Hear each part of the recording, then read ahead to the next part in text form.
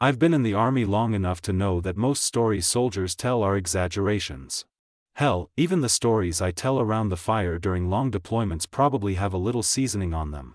But what I'm about to tell you, what happened at Fort Devon 12 years after a soldier disappeared without a trace, it's the only story I've never changed, never added to, never watered down. Because every word is burned into me. And if I'm being honest, I still don't understand why name isn't important. My rank isn't either. Just know that I've served most of my adult life, and most of what I've done will never show up in a public record. I've worked more remote bases than I can count, and I've spent more nights awake in the cold than I have asleep in a warm bed. But one night in particular, the night the missing soldier walked back into camp after 12 years, that night never leaves me. Let me take you back. Fort Devon wasn't a glamorous place. It was a training and rotation camp in the middle of nowhere, miles of pines, snowdrifts in winter, humid nights in summer, and a silence so deep it felt like the world had stopped spinning. I'd been there for about 3 months on a special internal rotation. Basically, a security assignment. We monitored the perimeter, ran night patrols, logged movements, and made sure the oddities people reported over the years remained unofficial. You'd be surprised how many strange reports military bases get. Shadows where there shouldn't be shadows. Human-like shapes standing between trees. Voices mimicking squad mates. Tracks in the snow going nowhere. Most of it can be explained. Some of it can't. The soldier who disappeared 12 years earlier had been one of those reports. His name was Private First Class Nolan Hayes. 23 years old. Just married. Clean record. He went missing during a winter field exercise with his unit. According to the official report, he was last seen walking between grid markers at around 0200 hours. According to the unofficial report, the one the guys in his unit whispered about, he walked away from the fire, saying he heard someone calling his name from the woods. They found his boot prints for about 30 yards past the last checkpoint. Then nothing. No signs of struggle. No blood. No torn clothing. No additional tracks. As if he had simply stopped existing, search teams combed the forest for days. Dogs picked up nothing. Thermal drones picked up nothing. The army concluded he must have gotten lost in a storm and succumbed to the cold. But the men who knew him said something different. They said he walked into the trees like he was sleepwalking, like something was pulling him in. Some said he didn't look scared, he looked calm.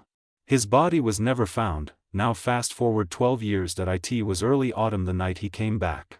The trees were just starting to change color. The air was cool enough that you could see your breath. I was on the northern perimeter with 2 other guys, Miller and Ramirez, running a standard night rotation.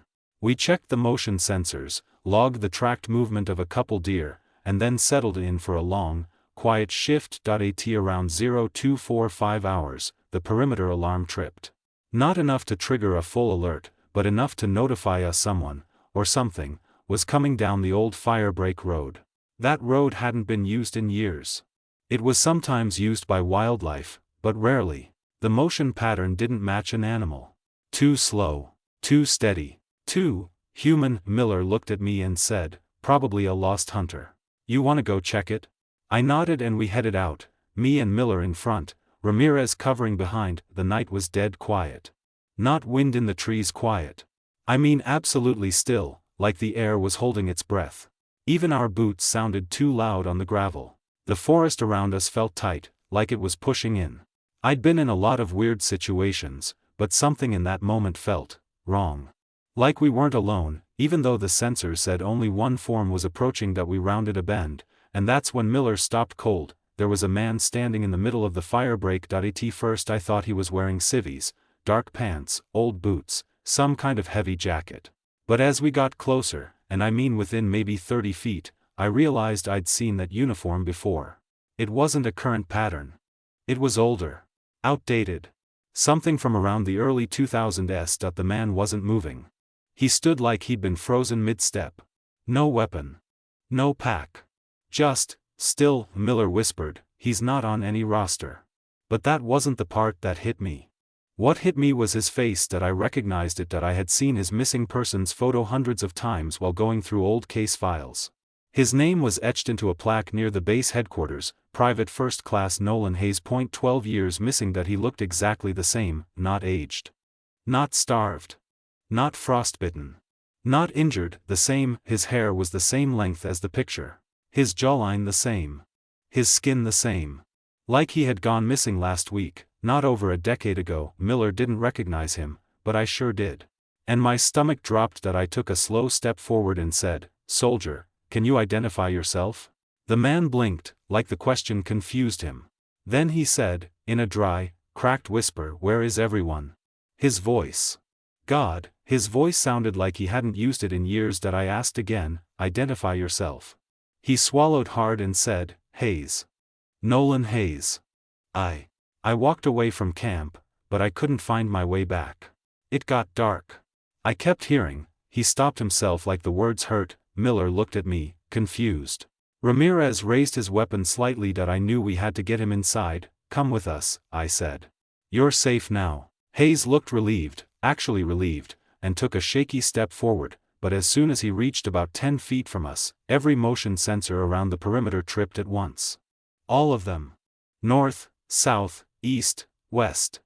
Every damn one. The forest behind him lit up with thermal signatures, but here's the thing, nothing was visible. Nothing moved. Nothing made a sound. Hayes froze. His eyes went wide with a kind of fear I've never seen on a human being's face. "No," he whispered. "They followed me." Before we could ask who he meant, a burst of static exploded through our radios. Not static like interference, static like a voice buried in noise. A voice that was trying to sound human but didn't quite know how. It was saying his name, over and over. "Nolan, come back, Hack." Ramirez panicked. He scanned the tree line with his rifle and muttered, "Nope, nope, hell no, what is that?" Hayes backed into me like a terrified child, shaking violently. "They don't like the lights," Hayes whispered. Please don't turn them off." Which was strange, because we didn't have any lights on other than our small tactical beams. The floodlights at base weren't even visible from here. Suddenly, every beam of light we had flickered, just once, like something was passing through them. Hayes screamed, a raw, animal scream, and grabbed my vest. "Don't let them take me again." Before we could react, the forest behind him shifted. Not visibly, no shapes, no silhouettes, no figures. Just the feeling that something large and heavy had moved closer. The air temperature dropped instantly, cold enough that frost formed on Hayes's sleeves. Then the smell hit us, rot. Wet earth, iron, and something else, something like burnt hair. Our radios crackled again, but this time the voice wasn't trying to mimic anyone. It said, clear as day, "He is ours." Miller screamed, fall back. Fall back." But Hayes grabbed my wrist with a strength that shouldn't have been possible for someone looking half dead. "Don't leave me," he begged. I didn't want to. God help me, I didn't want to. I tried to pull him toward camp, but then, something yanked him backward. Not a hand. Not a person. Not an animal. It was like the darkness itself had reached forward and snatched him. 1 second he was screaming in my face, the next he was 10 feet behind us, then 20. Then gone. No footsteps. No dragging sound. No movement in the dirt, just gone. Like someone erased him. We fell back to camp, half dragging Ramirez, who was shaking so violently I thought he might seize. When we reached the lights, everything stopped. The motion sensors went dead. The radios quieted. The forest went still again. The next morning, a recovery team went out. They found exactly one thing. Hayes's old dog tags. But here's the part that chills me the most, the dog tags weren't rusted. Weren't weathered. They looked brand new, dated 12 years ago. They also found footprints, Hayes's footprints, leading from deep in the forest, to the exact spot where we first saw him, but they didn't stop there. The prints continued, past the perimeter sensors, straight to the tree line, and then ended. Not faded, ended, like he stepped off the world. That was 6 years ago, and sometimes, when I'm on night duty at a new base, miles away from Fort Devon, I still hear the radio static. Sometimes it says my name, sometimes it laughs, and sometimes, on the coldest nights, it whispers, "He's still ours." And I pray I never find out what that means.